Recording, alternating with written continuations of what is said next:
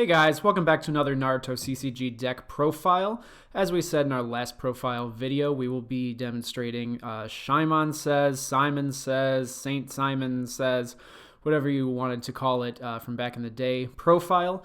It's a really interesting concept that I've kind of tweaked for my own purposes, and I think I've really made it my own, and I think it's pretty unique, mostly to fit a very specific rogue list. As always, I will be profiling based on the Midwest rogue list, but I will also tell you the differences that would need to be made to make it conform to the Untap ban list, though some of them might be a little more difficult and might change the overall flow of the deck itself.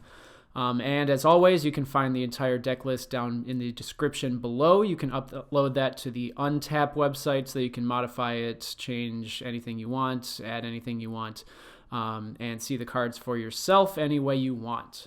As with the Advisor's Mill deck, this deck is going to take a little bit of discussion beforehand to kind of get the mechanics down so that some of these decisions make sense in the moment. So the original Shimon Says deck is based on these two cards essentially, with Shimon Hijiri being the main focal point of the deck. Its effect is that players cannot put in play ninjas except by deploying them. It's a very strong effect, but it's mostly used in this sort of deck to combo with other cards such as Idle Comrades, a turn 1 counter mission that is a wind symbol mission, with a target of 1 ninja and an effect where you remove the target from the game and then at the end of the turn move the target into its original owner's village.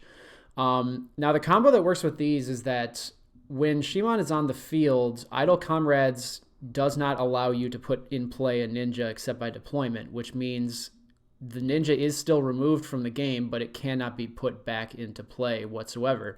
Essentially turning this turn 1 wind mission into a kill every single one of your opponent's turns. Now, I don't believe for the Untap list this has been hit in any way. Both of these cards are still at 3. But for the Midwest list, the Idle Comrades mission is limited to 1. So it's essentially trying to kill the flow of this deck to not allow this kind of combo to happen. And so I've made my modifications based on that. But for the Untap list, you are free to run 3 of each of these, which I will kind of explain where I would shuffle out some cards for these. I don't actually run either of these in my version of the deck because mine, with the concessions I've made, has kind of a different flow to it. So just keep that in mind, and as we go through, I will kind of tell you how my version works as well. So my version of the deck is a fire and wind variant. So to start off with that, I run 3 Kakashi Hatake Boyhoood. It's the turn 0 Boyhoood, and its effect is valid during your mission phase.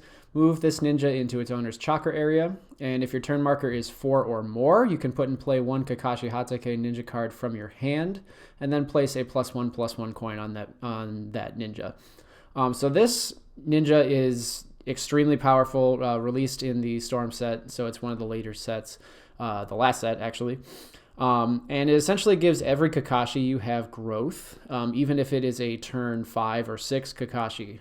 So you can actually get in Kakashis earlier, and it doesn't count as your deploy for that turn. And somehow if you could growth after that, you could still do that because the growth coin is actually a +1/+1 coin.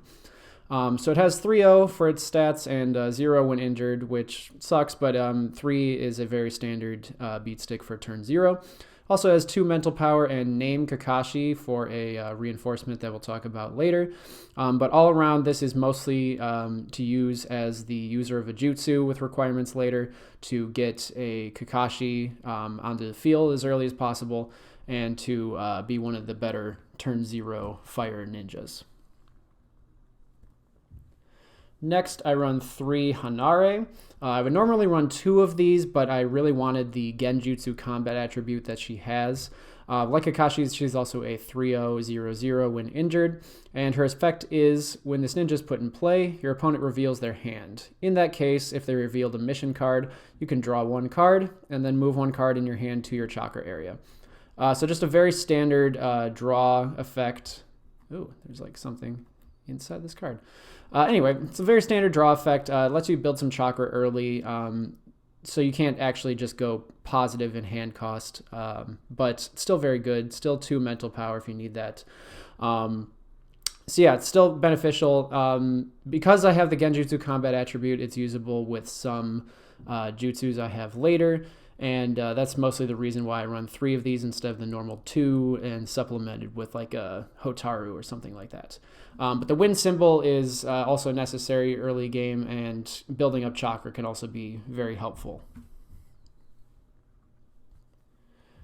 Next, I run 2 Gaara of the Desert Childhood, one of the best turn 0 wind ninjas there is in the game.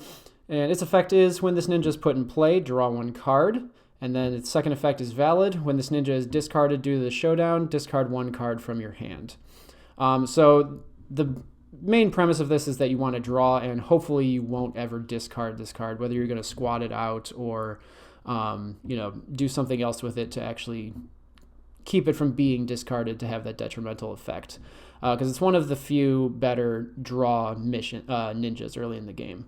Like Kakashi and Hanare, he is 3-0 and 0-0 when injured, and he actually has Surge, which can come in handy if you have both of these in your hand, and your opponent doesn't block, they just let it go for a battle reward. You can actually Surge 1 to give the one on the field +2/+2 to win 2 battle rewards that way, or to use it as just a surprise trap to give yourself the numbers you need to beat down an enemy team.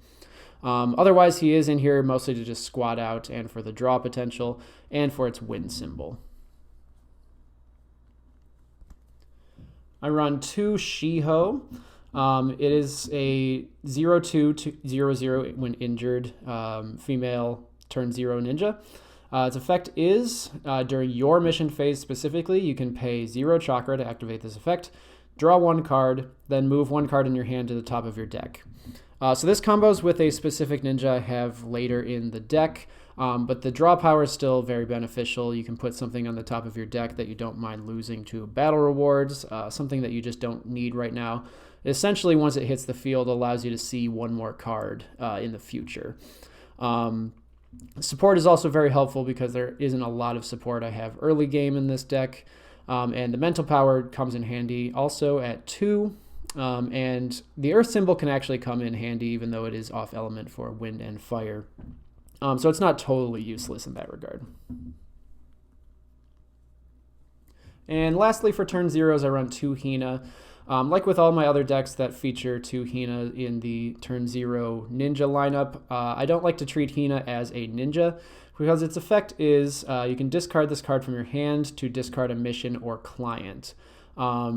This is mostly used so that if your opponent has any hand traps like comparative strengths or dehydration, which can essentially remove your ninja's effects, you can discard this card during your turn, which is the turn that they can play those cards, and just get rid of it. Because the concept of this deck very strongly relies on one of your ninja's effects being activated. So to be removed is going to be very detrimental. You're not going to be able to wait the 2 or 3 turns. Its second effect is this ninja gets +1/+0 for each of your ninjas. This can be helpful in a pinch, and Hina can obviously be played as a turn 0 ninja if you need it to be. But honestly, the reason I run 2 of these for a total of 12 turn 0 ninjas as opposed to 11 that I normally would is because I don't want to use this. It's essentially just a mission negate in my hands. On to turn 1s, I run 2 Temari. This is the promo version of Wind Scythe. When this ninja is put in play, you can look at your opponent's hand, select 1 jutsu card in their hand, and they move it to their chakra area. So like with Hanare, looking at your opponent's hand is very beneficial just to know what they're trying to do. In sort of a tournament or competitive setting, you might not even know what your opponent is playing. So looking at their hand can give you some insight into what they might be trying to do if you're not totally sure yet. But Temari is one of the better turn 1 wind ninjas, probably the best in the game because it can just discard a jutsu from your opponent's hand. And oftentimes that is a jutsu they're going to be holding on to for a very specific purpose. You might ruin their entire flow just by getting rid of that 1 card. She has mental power of 1, which isn't very beneficial, but it is usable in a pinch.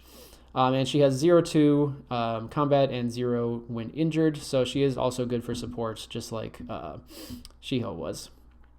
So yeah, another wind card for the wind element that we need for effects later on, but just a very good turn 1 in general.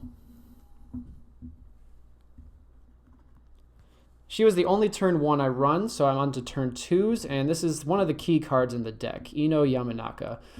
So her effect is each player cannot put in play more than 1 ninja per turn. This is very similar to the Shimon that we saw earlier, the crux of the deck, but with a little bit more of a stipulation. You can still put in play outside of deployment, unlike with Shimon, but you can only put in play at all once per turn. And that is the key, because it's going to key off some of the jutsus and effects we have. So for example, with Idle Comrades, this effect wouldn't exactly work, because Idle Comrades is on your opponent's turn because it's a counter mission. So you yourself have not put in play a card or a ninja on that turn, most likely. So Idle Comrades will not be stopped by this Ino on your opponent's turn, which is why I don't run Idle Comrades, because that's not exactly beneficial to me. It'd be pretty convoluted for me to figure out how to put in play a ninja on my opponent's turn. So I don't. I run 3 of these for a different circumstance. And its second effect is also really good, something that Shimon doesn't have. The effect text of your opponent's head ninjas are negated. So just to clarify, head ninja is not determined until the battle, and is no longer in play after the battle. So if, for example, your opponent has a Susanoo on the field and it doesn't go out to battle, it is not a head ninja. So it's not like a blanket negate for, if your opponent is being lazy or time productive and just keeping their teams in order on their field. There is no head ninja during the rest of the turn. Also, mental power of 2, which is fine, but this is kind of the card you're going to be searching for with that mental power anyway. Has growth, which can be helpful to boost your numbers. 3 support is very good, so she's going to be in the back most of the time.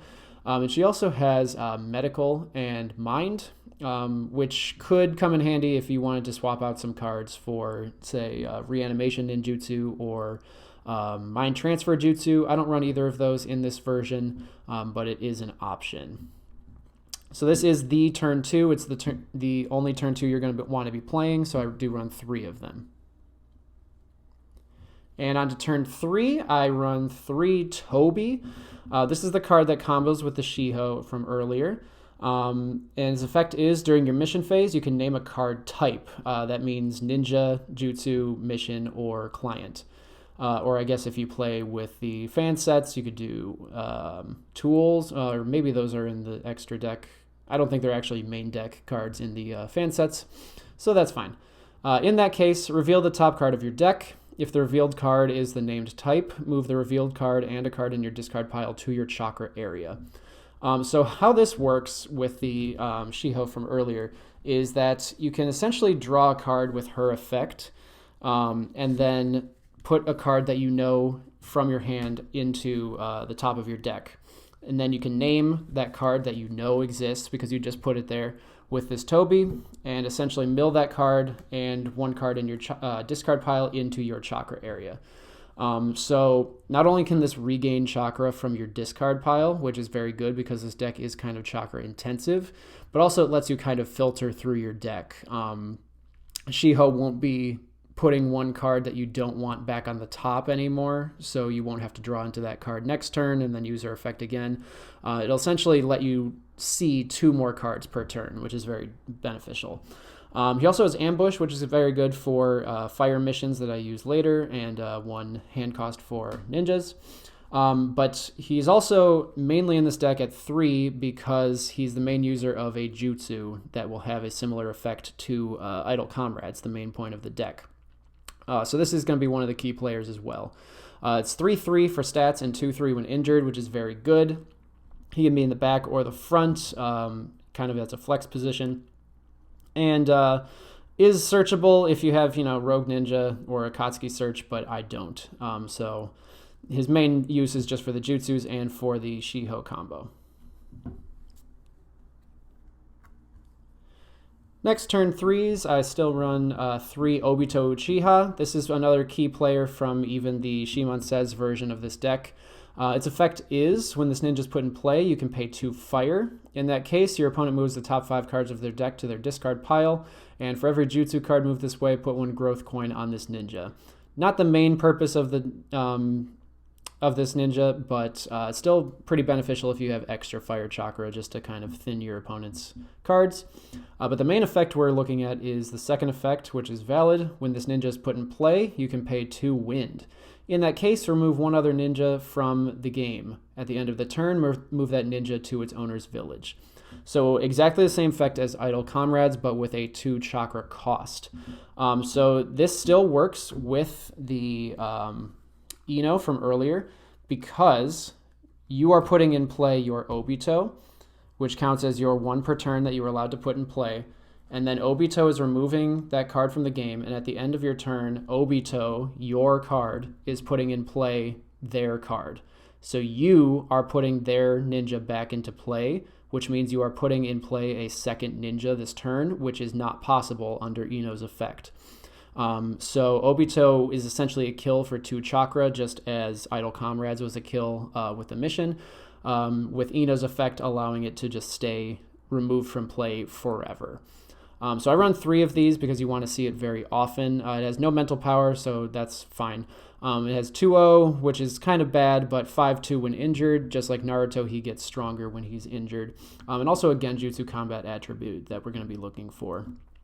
So this is another key player in the deck, just like Kakashi Boyhoood, just like Tobi, and just like Ino. They're all doing the same kind of combo together, and you want to see it as often as possible. On to turn 4s, I run 1 Kurenai Yuhi. Her effect is, during the opponent's exchange of Jutsu, you can discard 1 card from your hand and put this ninja card into play from your hand. Your opponent cannot win battle rewards during this turn. Then, if your turn marker is less than 4, remove this ninja from the game. So basically, it's just a hand trap to save yourself some resources. She's mostly used to be put in play and to not send out any blockers so that your opponent can't use jutsus or injure anything for another turn. She kind of just saves you with a stall. But she's also usable to put in play during your opponent's turn because with Ino, you can't really put in play more than once per turn. But putting her into play on your opponent's turn is still once per turn because it's your opponent's turn. You haven't done any on that turn, hopefully.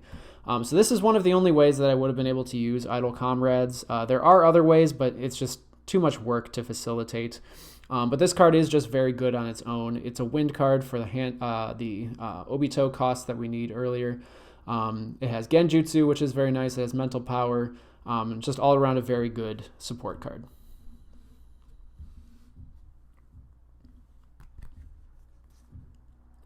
And lastly, for ninjas, I run 2 Kakashi Hatake New Technique. As a turn 5 fire ninja with the only hand cost for ninjas in this deck. Its effect is, when this ninja is put in play, you can search for 1 Mangekyo Sharingan Jutsu card in your deck and remove it from the game, keeping it face up. In that case, at the beginning of your next turn, move that card to your hand. So it searches out a key jutsu this deck uses. It has an effect very much like the Obito's. And with the Kakashi Boyhoood, it's put in playable at turn 4, which is 1 turn lower than you would be able to deploy it, which is nice. It has 3 mental power, which is big. This combat attribute has actually been errataed. It is a Genjutsu combat attribute, just like most Sharingan Eye ninjas. So that's very beneficial. And just like with Ino, or if you have Ino on the field, the Boyhoood can still put this into play, even though it's not a deployment. However, that can be only your only way to put in play during that turn. So you kind of have to be careful with that. A lot of times the Boyhoood is used to get sort of a free deploy in this, but if Ino's on the field, that's not going to really work that way. But yeah, another key player in the deck. You want to see it relatively soon, but it's not worth running at 3. On to Jutsus. First jutsu I run is Tsuchigumo style Forbidden Jutsu Release Big Bang. Talked about this card in every single Lightning and Wind deck because you should run it in every single Lightning and Wind deck. It is limited to 1 on both of the lists, so I'm running as many as I can. And its cost is 1 wind or 1 lightning. And its effect is charge 1 card, in that case, draw 2 cards. It's basically a mission jutsu. It's just for draw power. It lets you go hand neutral, which is very good, also gaining you 1 chakra in the end. Draw power is one of the most important factors of any card game. Seeing more cards, having more options is extremely powerful, and this is one of the best ways to do it for wind. So you should run one of these in any single wind or lightning deck. This is a wind deck, so I'm going to be running one. Next, I run 3 Body Flicker. This is one of the key jutsus for the deck, the reason we run the Tobis.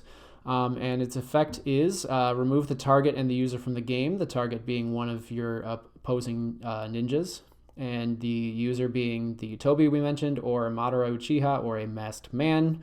Then move the user into one of your teams on the battlefield in any position, and move the target to its original owner's village, then injure it. So much like the Idle Comrades and the Obito before, this is going to remove you and an opponent's ninja from the game and then put them back into play. This jutsu specifically is probably only going to be used on your opponent's turn, because the way it works is you are removing your own ninja from the game and putting your own ninja back into play. So if you've already put a ninja into play, say as your deployment for the turn, that is going to be the one that counts for this jutsu, and you're going to lose your Tobi.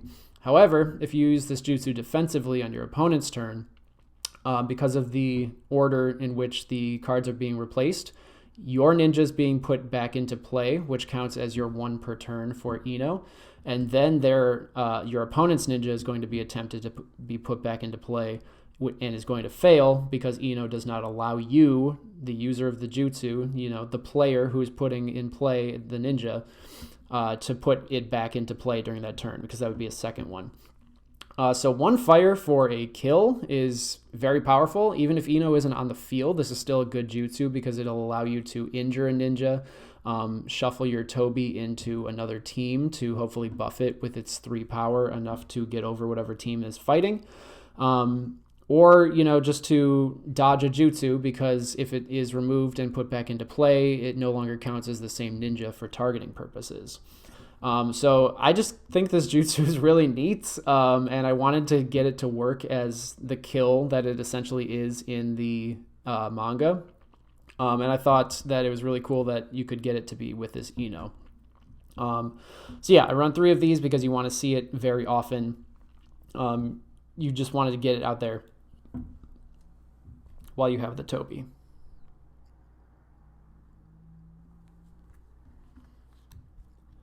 Next, I run 3 Mangekyo Sharingan. This is searchable by the Kakashi earlier.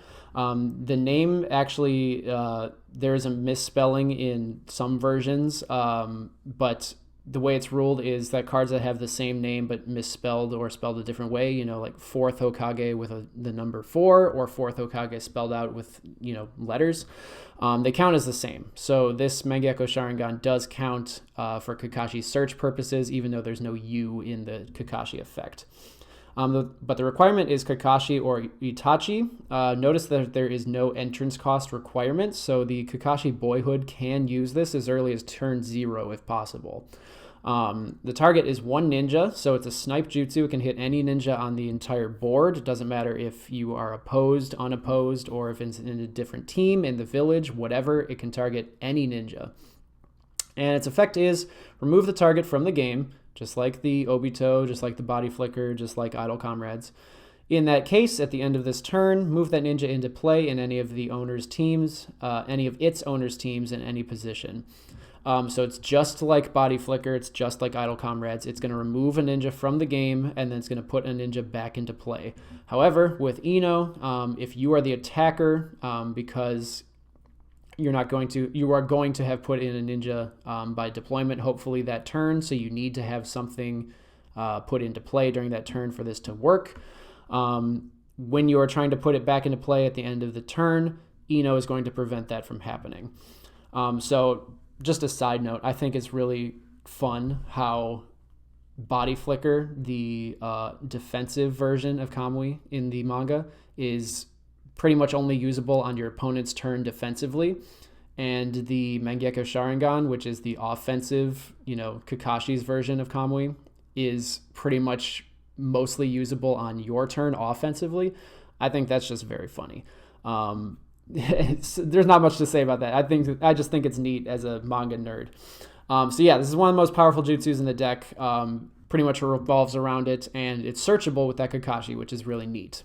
So there's 5 users of this in the deck, and hopefully you'll be getting that off. Next, I run 2 wind-style pressure damage. This doesn't directly benefit, but it's kind of ancillary to the Obito. The target is one ninja opposing the user, and the effect is move the target and the user to their owner's hands. So it only costs 2 wind, and the way that I use it is to essentially return Obito to my hand so that I can put it in play again the next turn and do another kill with its effect. In total, that'll cost 4 wind chakra because this jutsu costs 2 wind. But for 4 wind, killing 2 ninjas is pretty good with essentially no counterplay, because this is also going to return your opponent's ninja to their hand, so it's more beneficial than, just removing it from the field and putting it back into play yourself. Like with, there's a jutsu called like coordination or something that just returns the ninja to your hand and puts it back into play. This is just a little more beneficial. It's usable by any other ninja if you need to just get rid of something on the fly. So it's just a little combo for Obito, who doesn't really have his own combo. And lastly, for jutsus, I run 1 Fear by Genjutsu. We've seen this one a lot. It is 3 colorless chakra. Target is every ninja battling against the user, and the effect is the target becomes a standby ninja. Additionally, if the user has a Genjutsu combat attribute, which most of the ninjas in this deck do, give 1 damage to the target. So one of the best jutsus in the entire game. It's both fire and wind, so it's on element for the 2 main elements of the deck. And because most of the ninjas in here that are going to be using jutsus have the Genjutsu combat attribute, it's more than just a standby for the entire team. It is going to be damage as well, which is very good. So just a short explanation. Basically, if a user of a jutsu is sent into standby, it's no longer the user of this jutsu. So Fear by Genjutsu, sending an entire team into standby, essentially negates any jutsus that team is using. And because this is usable by anyone, it essentially means that if this is in your hand, you can stop any jutsu from happening so long as they don't have an answer to this. So it's just one of the best jutsus in the entire game. It is limited to 1 on both of the lists, as it should be. It could even be banned. It's just very good. And just with a Genjutsu component, it's even better. Getting into missions, I run 2 turn 1 missions, just like Drifting Clouds. It is a fire mission, turn 1 with 1 hand cost, and it is permanent for 2 turns, the coins being removed at the beginning of your turn. So you can use this a total of 2 times. Its effect is during your mission phase, you can exchange all the cards in your hand with the same amount of cards from the top of your deck, and in that case, shuffle your deck and draw 1 card. This is very good early for setting up your hand. You want to find Ino as soon as possible, and in the shuffle, hopefully find one of the other components and or jutsus as well.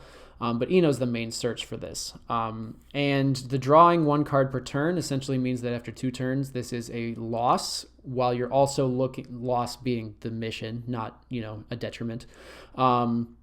With this card also searching for new cards, letting you see new parts of your deck, and even possibly getting back cards that you would have shuffled back in that you might not have totally wanted to lose. So this is one of the better early turn fire missions. It's not limited in any way, but it is extremely good. I could see this at 3. I just simply don't have more room than to run it at 2. It's also very good in the late game once you have your board set up with Ino and, say, Tobi. If you don't have a body flicker, you can exchange your whole hand and hopefully find a body flicker in the rest of your cards, because exchanging, a whole hand of 5 or 6 is going to be a pretty sizable amount of the deck that you're going to comb through and search. So this is just a very, very good jutsu, and I would recommend at least 2 in any fire deck.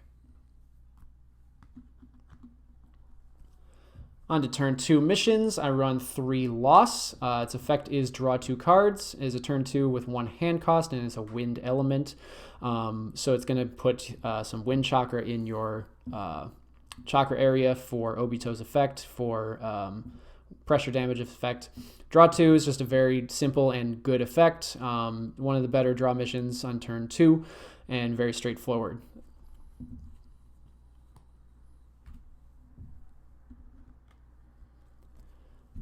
I run 2 long-awaited reinforcements. It is a fire and earth mission on turn 2 with 1 hand cost. So this is where you could use spare Inos, or you could use Shihos for the hand cost if you don't have a fire, which is pretty helpful. Its effect is search for 1 ninja card in your deck, show it to your opponent, and place it in your hand, then shuffle your deck. At the end of the turn, if you didn't put in play a ninja card with the same name as the ninja card you searched for this turn, discard all the cards in your hand. The negative effect of this is essentially never going to come up. You're probably going to be searching for a card that you want at that moment. I mostly use this to search out Ino, or if I have Ino and like a jutsu that I need in my hand, I'll use it to search out the user that I need. So specific tutors for this deck are very important. Something interesting with this too is that you could search for either Kakashi Boyhoood or the turn 5 Kakashi, and because they have the same name, it counts as deploying or putting in play a ninja with that name. So if you have the Boyhood on the field, you could search for the adult Kakashi, use Boyhood's effect to essentially growth it, and that satisfies the conditions. Or vice versa, you could have, just Boyhood Kakashi, or just grown-up Kakashi, search for Boyhood, put in play Boyhood, and have that satisfy as well. So very good tutor. The downside is extremely negligible on element and can even work with the ancillary elements. Next, I run 2 Shikamaru's Decision, Earth and Wind mission with 2 entrance cost and 1 hand cost. Again, just like with long-awaited reinforcements, you could use the Ino, you can use Shiho, you can use other Shikamaru's Decisions, but hopefully you're going to be putting the Wind chakra into your chakra. And its effect is to target one of your ninjas, and the effect is search your deck for a ninja card with an entrance cost less than or equal to X, reveal it and move it to your hand, and X equals the target's mental power. If the target is Shikamaru Nara, which there are none of in this deck, so it's pretty irrelevant, search for any ninja card instead. Then, which is an effect that still applies even if it's not Shikamaru, draw 1 card if you search for a female ninja. So this is the main searcher for Ino. You can search for Ino so long as you have a ninja on your field with 2 or more mental power, which a lot of our ninjas in the early game do.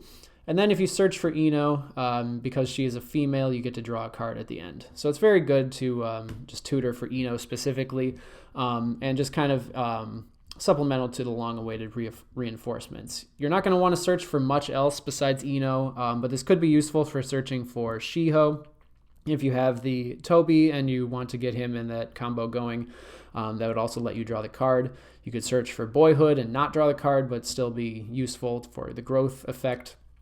So it's just one of the better tutors in the game. It is limited to 2, or I guess semi-limited to 2 for good reason, but I pretty much only ever run 2 because it just is that good. And for those of you who have seen the other videos, I did actually get 2 of these for real. I had these as proxies in my Advisor's Mill deck because I really just couldn't find any. But I've been going on a buying spree lately, and I bought 2 because they were restocked, so I'm pretty excited about that. On to turn 3 missions. I run 3 hard ones to deal with. Probably a mission that you've never seen or heard of before. It's a turn 3 mission with 1 hand cost, Wind and Earth, so it's usable with those Earth cards. It is a counter mission. Target is 1 ninja that has been deployed. That is an errata for this card. It is not any longer a ninja being deployed. It's one that has already been deployed. That's very important. And the effect is return the target to its owner's hand. In that case, your opponent can deploy another ninja during this turn. Additionally, every ninja card in your opponent's hand gets +1 entrance cost. So the way this works is kind of a pseudo Idle Comrades. It's not as good because it doesn't remove the card from the game. But because of the errata to 1 ninja that has been deployed, they have already used their 1 put in play effect for the turn. So if the ninja that they just deployed is sent back to the hand, Ino makes it so that they can no longer deploy a second ninja. They can't put in play a second ninja. So essentially, you are just cutting them off of a deploy for the entire turn, which is really good. Not as good as Idle Comrades, and it is a higher turn, but that's just something we have to deal with. So I run 3 of these because it's extremely detrimental for them. You could probably win the game with just 1 of these. But if they're putting in play a ninja, you're tied for ninjas on the field. They put 1 in play, you drop this, and now they're just down a ninja and there's nothing they can do about it. That snowballs very quickly and very hard. If you can get 2 of these off, prevent your opponent from deploying twice in one game, which might be, a third of the ninjas that they can deploy in the entire game, that is insanely broken. There's not much you can do to come back from that. So I do run 3 of these. It's not exactly the point of the deck. It is just very good support, essentially. It's on element for wind and even partially for earth, so that's helpful. You could even use non-wind earth cards like the long-awaited reinforcements because it has that earth symbol. So yeah, I just run 3 of these because you do want to see it at least once, and just having the max to guarantee that you have much better odds to see it is very beneficial.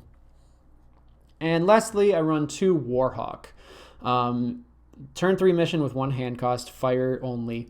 One of the best draw missions in the entire game, probably top 3 draw missions in my opinion. And the effect is your opponent wins 2 battle rewards, and in that case, draw 4 cards. It's one of the only cards that goes hand positive, and it actually goes hand positive by 2, which is insane. Pot of Greed is hand positive by 1. And much like with Yu-Gi-Oh!, where it was sort of early on, well, not early, but like in the mid-game, discovered that you can still win with 1 life point. Your opponent getting 2 battle rewards doesn't really negatively impact your game state. So long as they have less than 10 battle rewards, the number they have doesn't affect you whatsoever. So essentially drawing 4 for free is extremely powerful.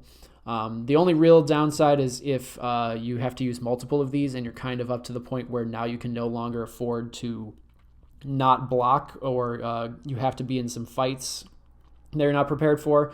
That can get a little dicey. So I don't like running 3 of these, but I definitely liked running 2. It's actually the only 2 that I've been able to find. So, here they are.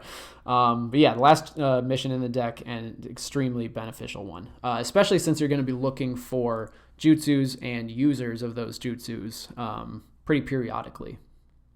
On to reinforcements. I run 3 Danzo, a very good card to run in any Sharingan Eye deck. It has sacrifice 1 Sharingan Eye ninja, and sacrifice is removing from your field from the game permanently. With effect of valid, when this ninja is put in play, place X growth coins on this ninja, where X equals the sacrificed ninja's entrance cost, and this ninja gets the sacrificed ninja's characteristics. This has been errated to be printed characteristics. There used to be an issue with this Danzo gaining squad and platoon names, which would let it use jutsus that it couldn't use before. But they errated that out, so now it can still get name Kakashi, for example. If it sacrifices like a Kakashi childhood that has Sharingan Eye, could then use Chidori or Kamui or whatever. But that doesn't really come into play in this deck. This Danzo is mostly here to use with Obito.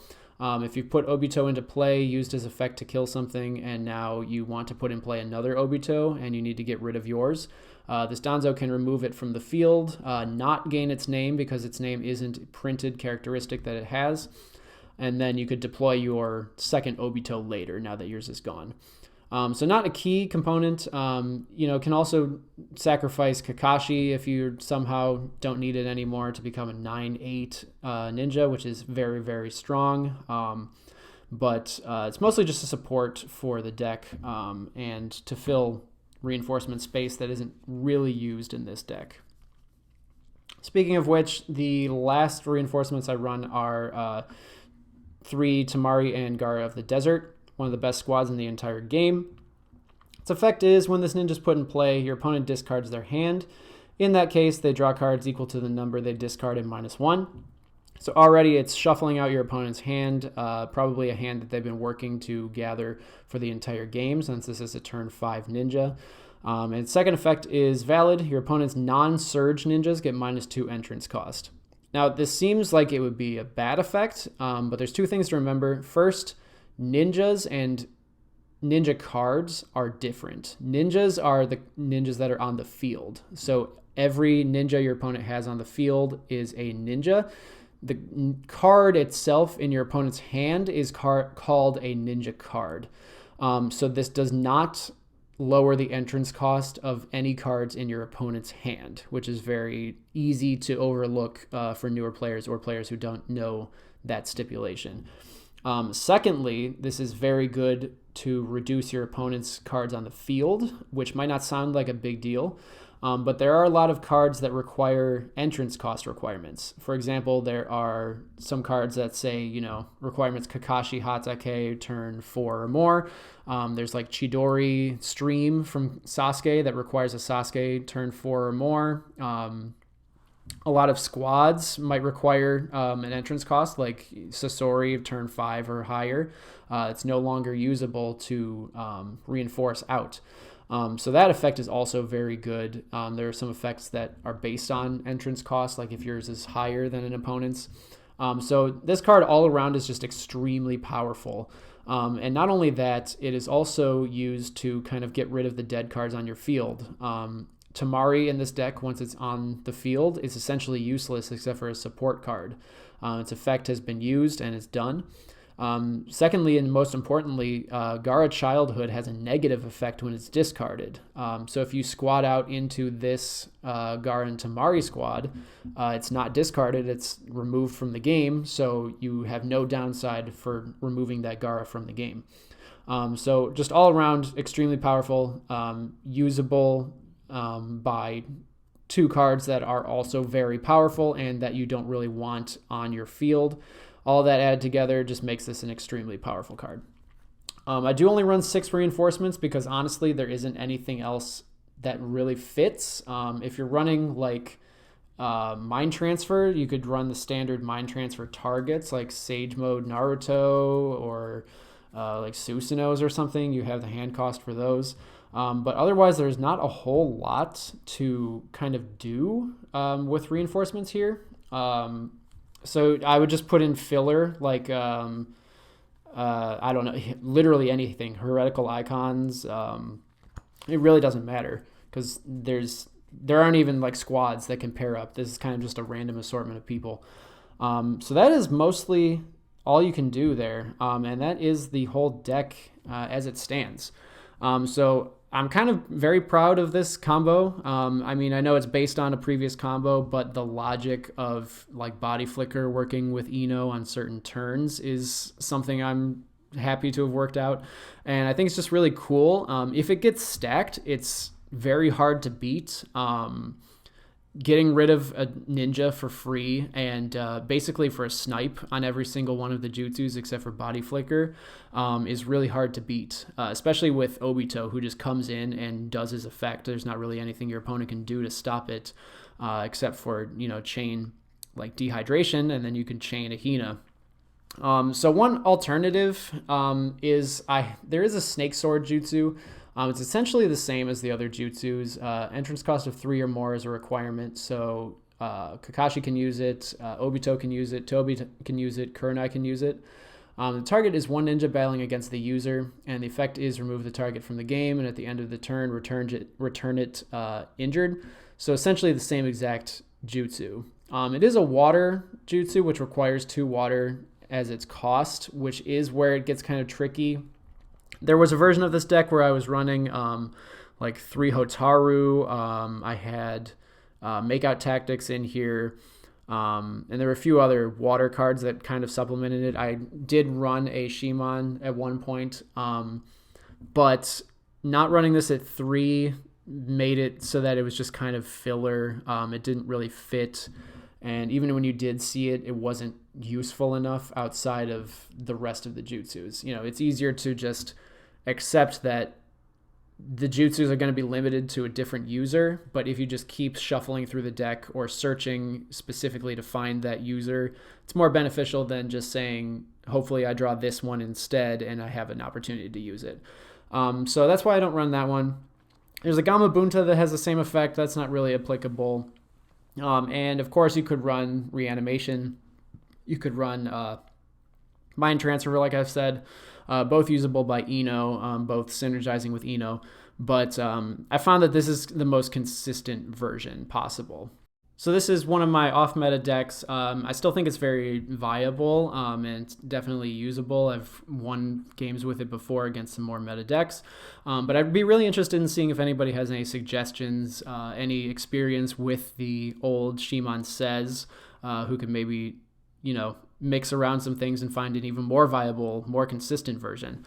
That'd be really awesome to see. So yeah, drop any comments about that in the description below. Like and subscribe if you want to keep up with more deck profiles in the future, or any new analysis videos that I've started doing in the future. I'll probably be doing an analysis of the decks that I didn't really analyze in the last one, and eventually be going over just the general strategies of those decks. So that'll be a pretty cool time in the next week or so.